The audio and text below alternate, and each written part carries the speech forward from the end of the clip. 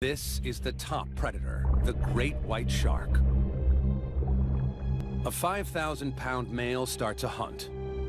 He hasn't eaten for 3 days.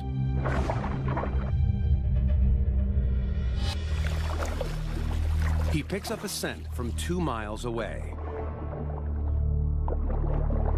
Seals.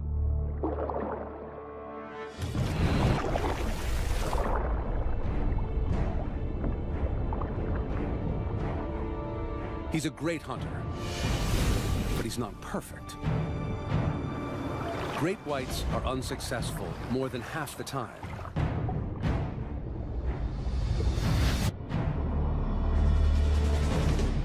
Weather conditions, prey reactions, or just plain luck can tip the odds.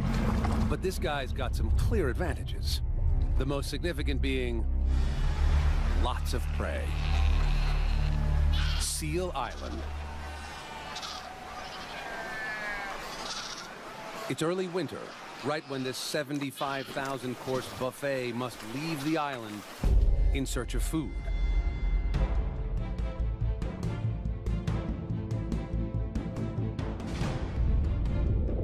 It's the pup's first try at swimming.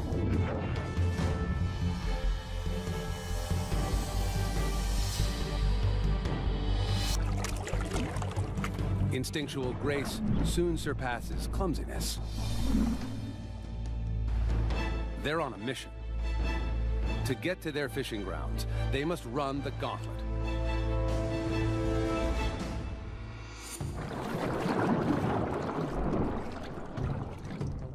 The great white waits patiently.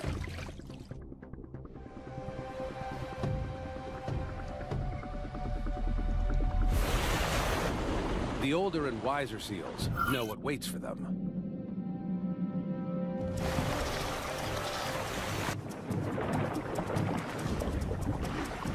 The youngsters don't know any better.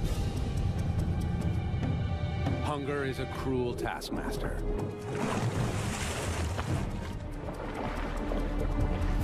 There is safety in numbers. Lagging behind increases the chance of becoming a target. The littlest ones try to keep up.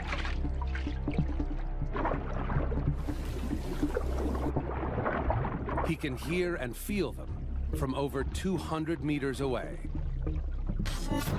In sharks, hearing and vibration detection are linked.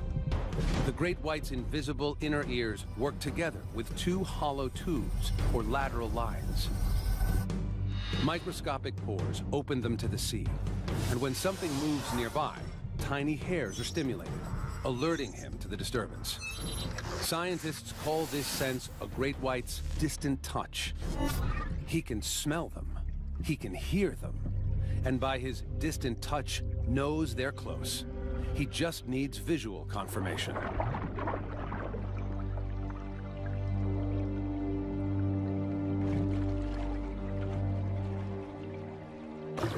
He makes his move, directly below his target.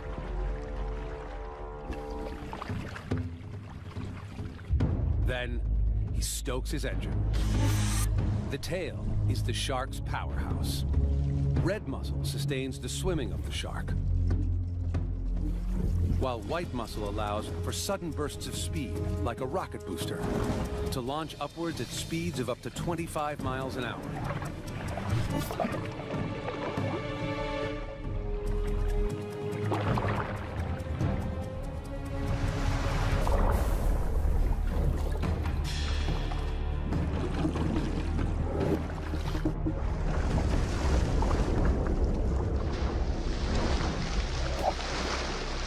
It's a fail.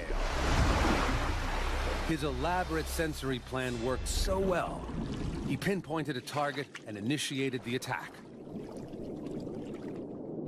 The strike was textbook, except for a curveball. Clear skies and calm seas, like today, worked to the prey's advantage. The seal saw him at the last minute. So when the shark made contact, his cover was already blown. The seal's whiskers detected tiny vibrations, so he was aware of the shark before he became dinner.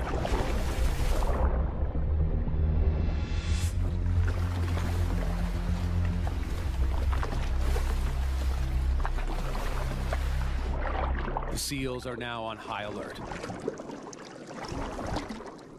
The pups will head home in a few hours. By then, they'll be exhausted and easier targets. He slows his pace to save energy. The hunger pangs don't go away. By the afternoon, a wind ruffles the sea. The seals are full of fish, tired from hunting.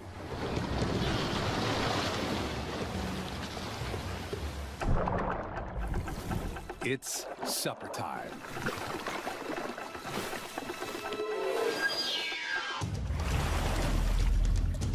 He targets a young straggler. Younger seals are easier to hunt. Speed and agility come with experience.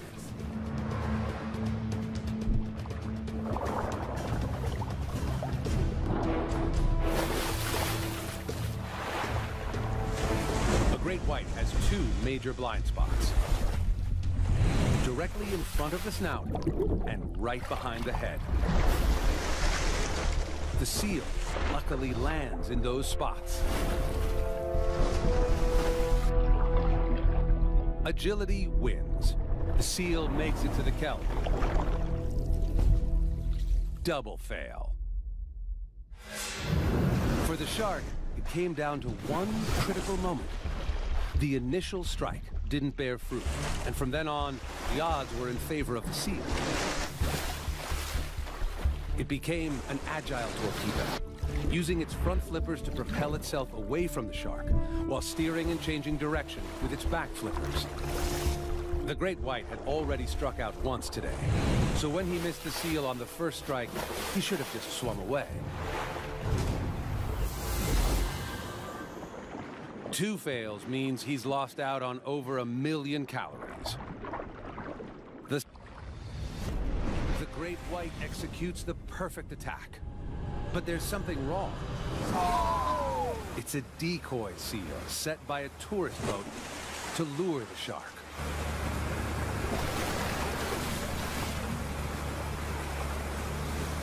Great spectacle, but our shark didn't get his much-needed dinner.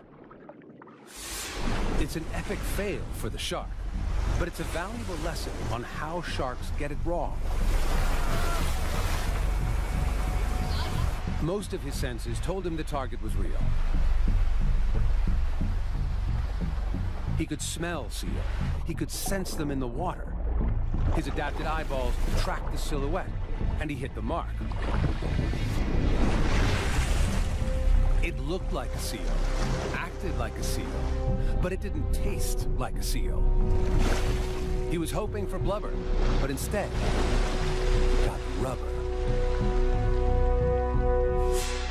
The more he tries, the more likely he is to make a kill, as long as he doesn't burn out. He needs to eat one seal pup every 3 days to keep up with the amount of energy he's burning. He needs a belly full of fatty seal, now. Things are looking up. Overcast, choppy seas, and murky water. Perfect.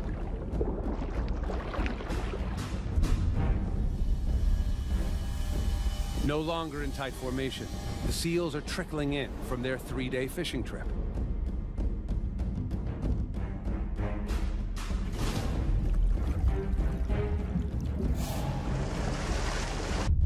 He closes in on another target.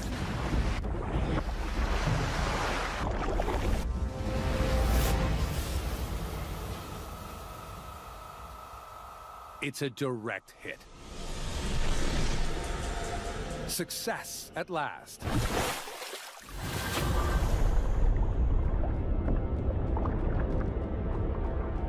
This time, the shark launched the strike just as the seal was taking a breath of air. He can rip off 20 pounds of seal flesh in a second. His teeth are like saw blades, slicing off giant mouthfuls.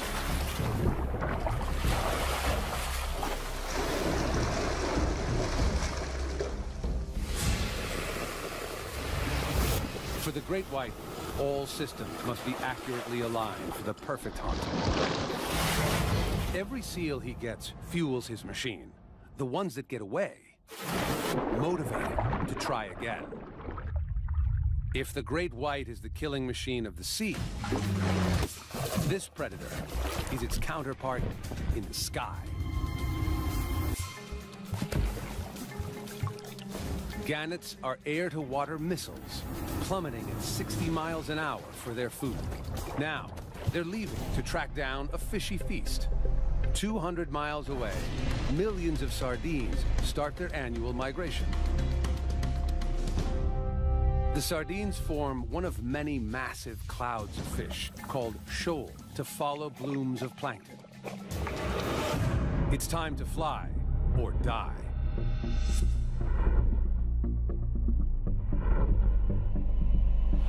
The sardines can travel up to 37 miles per day, but the gannets can cover 300 miles before refueling. Their bird's eye view means they can look for dark moving water, a sign of fish massing together. Unlike most birds, their eyes face forward, giving them binocular vision. They see them, or so they think.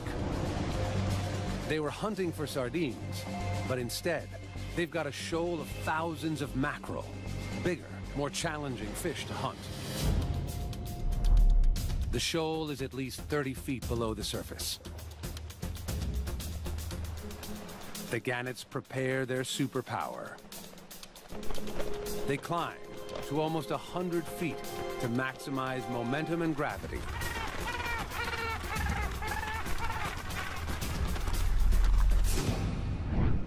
They have to be perfectly aligned, or they will die on impact.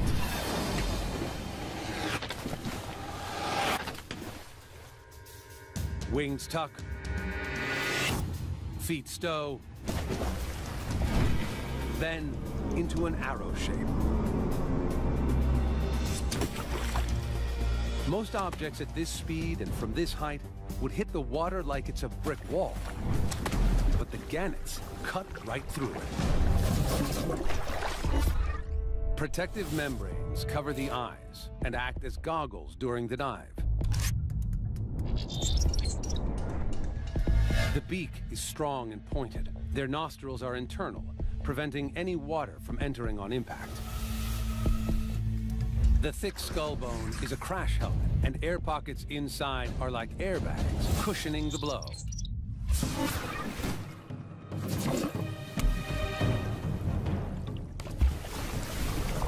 The gannet's momentum drives it 30 feet below the surface. The mackerel bunch together, making it tough for the gannets to pinpoint one fish. There's strength in numbers. And then the ball descends deeper, away from the menace above. The gannet has two options: go back to the life of a bird, or transform into the awesome superfish. The gannets won't give up. Instead, these birds turn into superfish. They flatten their wings and swim.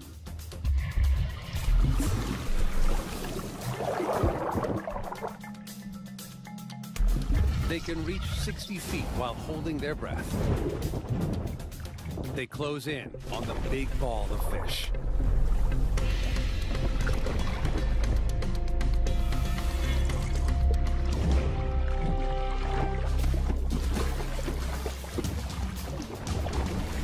The gannets grab hold of the mackerel.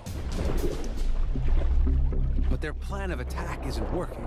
The mackerel are wriggling free, despite serrations near the tip of the gannet's bills, good for gripping slippery fish.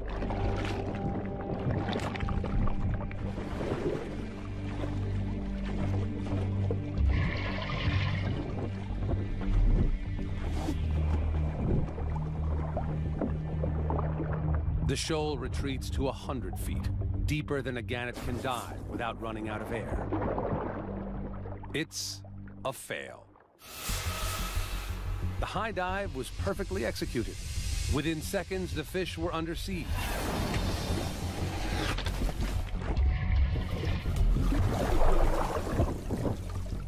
when they grab the prey, the mackerels slip free.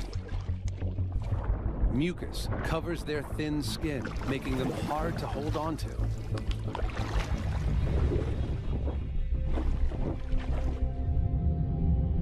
The gannets are tired from the lengthy flight, and today the strong swimming mackerel proved too much for them.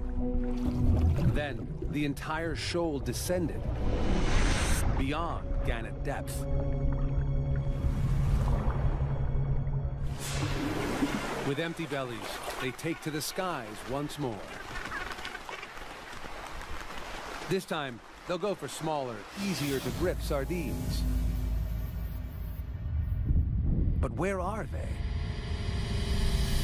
The gannets are now more than a day's flight behind the sardines. They need to hustle, a huge challenge for the young flyers among them. Their time and energy are running out.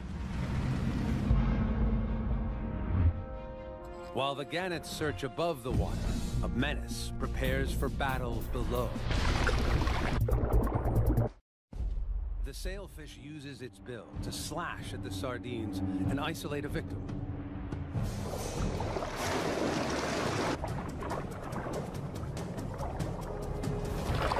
The next sailfish in line takes aim and strikes. It's completely off. When one misses, another is ready to take its place. Another failed. Or is it? Sailfish don't just pick off individuals. They hit multiple sardines over and over again.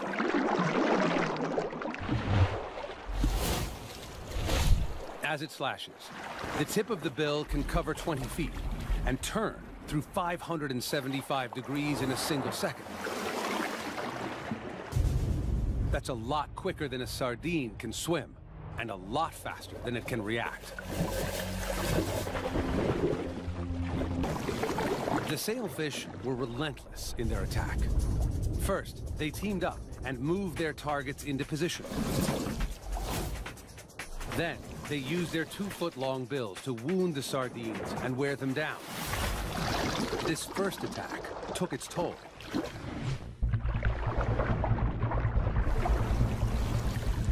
Each sardine was roughed up, then gulped down by the sailfish in less than 1/10 of a second.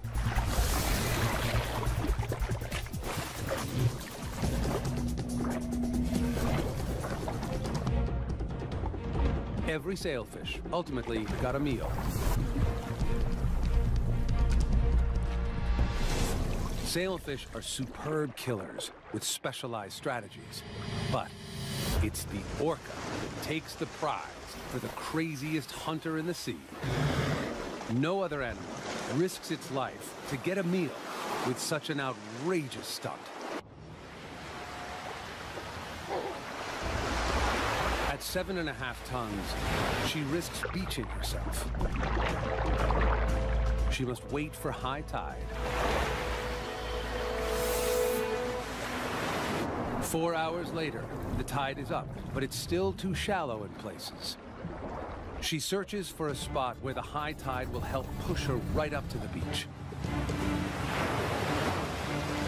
She's found one.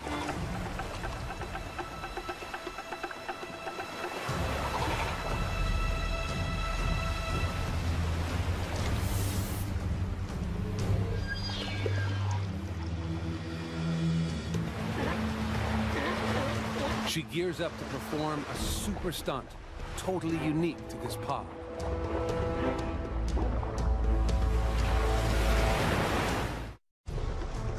The female orca prepares to ambush her target. Surfing a wave, she speeds toward the beach at 30 miles an hour.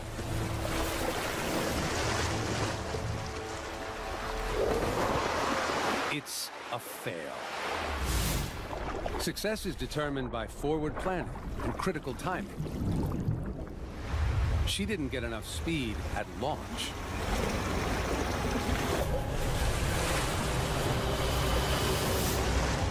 Then, at the last minute, she ran out of water to surf and put on the brakes.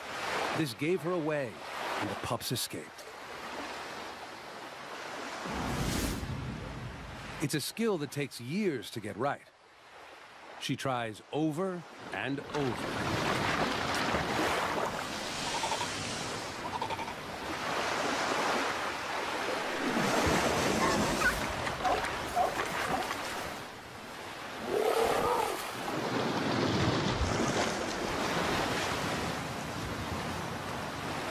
Can this massive 22,000-pound mammal haul its own bulk out of this fix?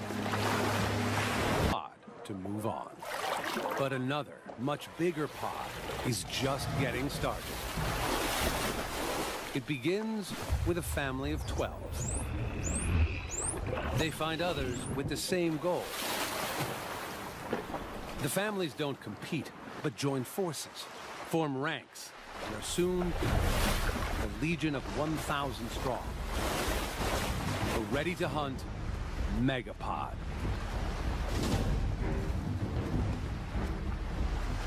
They've got 300 miles to cover to reach their target off the coast of South Africa. What drives this obsessive journey? None other than the irresistible sardine, now migrating within their reach. And they are being watched closely from above. Having failed to find the sardines themselves, the gannets place their bets on the dolphins. Just follow and let them do the hard work.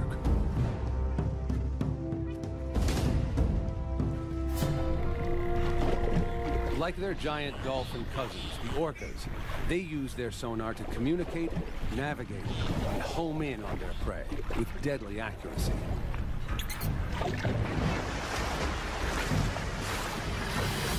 Thousands of echolocating predators soon pick up the swimming fish. The sardine migration pushes steadily northwards.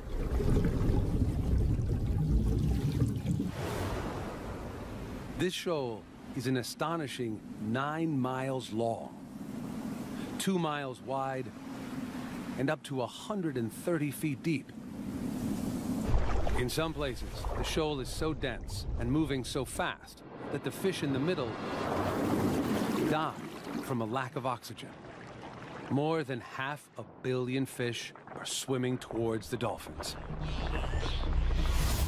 It's impossible for a shoal this big to hide from the megapod's detection system.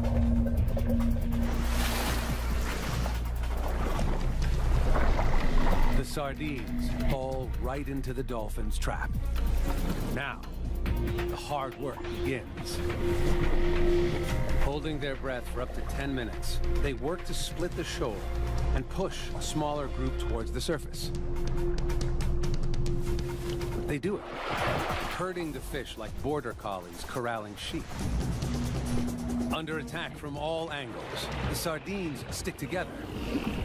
But the tiny sardine should never be underestimated. Along with vision, they coordinate their movements by reacting to water flow. When it works, they avoid bumping into each other.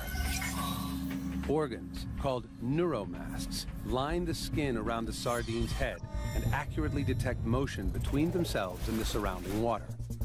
As one fish moves, it creates a flow of water that provides information to the fish next to it or behind it, allowing them to keep their place within the rapidly moving shoal. This is how a shoal works. Thousands can move as one. Each individual tries to find safety in the middle, creating a mass continuously folding in on itself. Nobody wants to be stuck on the outside. The gannets flock overhead, waiting for the fish to come within reach. The alliance is about to reach its climax. The table is set, everyone is in position. But unexpected diners show up. Sharks. Thousands of them.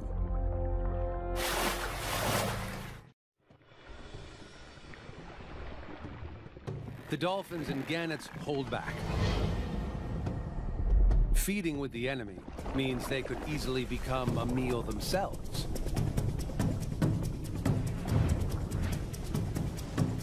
The sharks think they can collect the proceeds from the dolphins' hard work.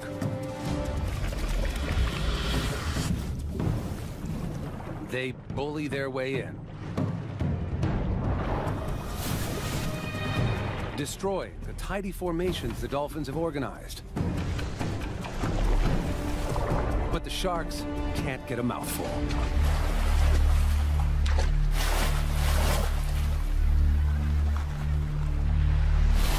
The dolphins regroup. Just maybe they can patch up the mess.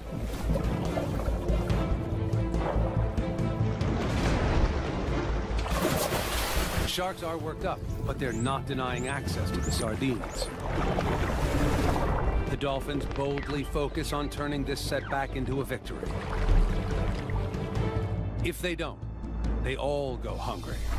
Dolphin, gannet, even shark.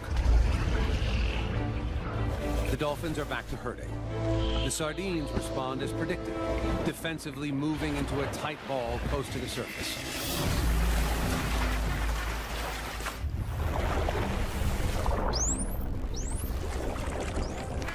The gannets watch the turmoil from above. They're done with waiting. Hunger drives them to take the risk and feed with the sharks.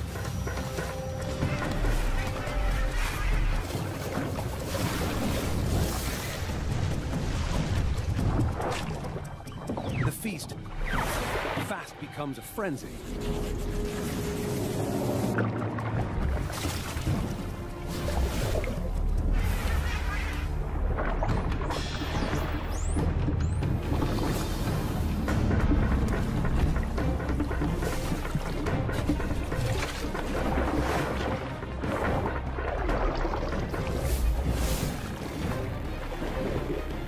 Now it's time for the dolphin's final weapon, a net of bubbles. The bubbles form a barrier that the sardines don't like to cross.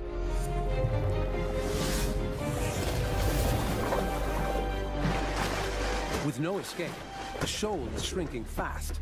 Shark, bird, and dolphin all get a piece of the action, until a newcomer completely changes the game again.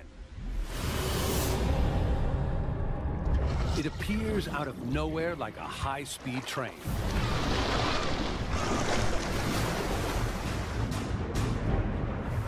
"42 feet in length, with the ability to swallow a small car, the Brutus whale vacuums up hundreds of sardines in one mouthful. He makes the shark look like a minnow. Flicks of its muscular tail power it upwards at high speeds. Even with its gigantic ballooning mouth, creating drag. Another whale explodes out of the depths. This time, it's a female. She's even bigger than the male. And she needs to eat over 3,000 sardines a day to survive.